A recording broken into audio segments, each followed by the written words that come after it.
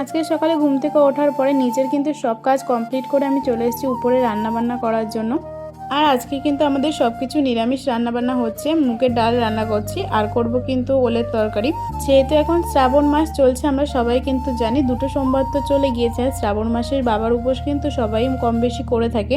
আমি ওই বাড়ি থাকতে করে থাকতাম, এখানে বিয়ের পর একবার করেছি, যেহেতু আমার বিয়ে হয়েছে 1 বছর হয়েছে।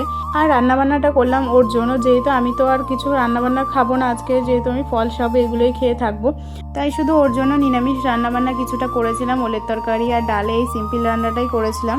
আর তারপরে তো নিচে এসে আমি কিন্তু রেডি হয়ে যাচ্ছি এখন। আর রেডি হতে হতে প্রায় এখন বাজে কিন্তু ঘড়ি কাটে প্রায় 3:30 মতো।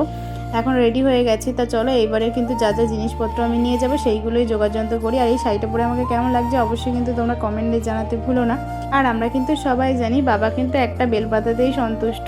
তো দেখতে পাচ্ছি এখন আমি দুধ নিয়ে নিয়েছি, তার মধ্যে দিয়ে দিলাম গঙ্গার জল। আর যা যা জিনিসপত্র লাগে সবাই তো কম বেশি জানো, সেইগুলোই সব গুছিয়ে নিচ্ছিলাম। আগের দিন সব রাত্রেবেলা ও কিনে নিয়ে এসেছিলো, ঘি মধু এগুলো সমস্ত কিছুই নিয়ে এসেছিলো। আর ডাবটা নিয়ে এসেছিলো, কিন্তু ডাবটা তো ও না আসলে কাটতে পারবো না, ওই জন্য ওইভাবেই রয়েছে। ও বাড়ি এসে তারপরে কেটে দেবে, সেই মতো ও বাড়ি আসলে তারপরে এই ডাবটাকে কাটবো। কেটে ওই জলটাকে ওই ঘটির মধ্যে দিয়ে দিলেই কিন্তু আমার আপাতত এই দিকের কাজ কমপ্লিট। তাই ভাবলাম যে তাহলে এবার আলতাটা পরে নিই, সেই মতো এখন বসে পড়েছে আলতা পরার জন্য। সমস্ত কিছু কমপ্লিট হয়ে যাওয়ার পরে আমরা কিন্তু চলে এসেছি মন্দিরে। দেখতেই পাচ্ছ, এটাকে এখানে মন্দিরের শিববাড়ি বলে। আমি এই মন্দিরে প্রথমবার জল দিচ্ছি, যেহেতু আগের বছর কিন্তু আমি একটা অন্য মন্দিরে জল দিতে গিয়েছিলাম, যেটাই ও নিয়ে গেছিলো। আসলে এখানে তো আমি কোনো কিছুই চিনি না, আমাদের বাড়ির ওখানে যেমন আমরা সব চিনি, কিন্তু এখানে তো আমি চিনি না। আর এই মন্দিরটা কিন্তু আমাদের বাড়ির অনেকটাই কাছে ছিল। আর একটা কথা বলতে পারি, এই মন্দিরে পুজো দিতে গিয়ে কিন্তু খুব সুন্দরভাবে আমরা পুজোটা দিতে পেরেছি। যেহেতু আমরা গিয়েছিলাম প্রায় বেলা তখন 4:30 মতো বাজে।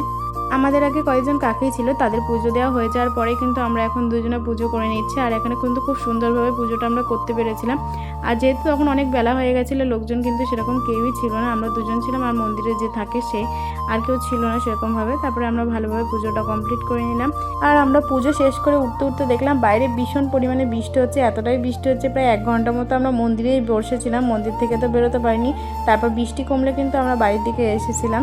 মন্দিরে ততক্ষণ পর্যন্ত কিন্তু আমরা বসেই ছিলাম। দেখতে পাচ্ছ কি জোরে বৃষ্টি হচ্ছে। তো আজকে ভিডিওটা এই পর্যন্ত, ভালো লাগলে লাইক এন্ড সাবস্ক্রাইব।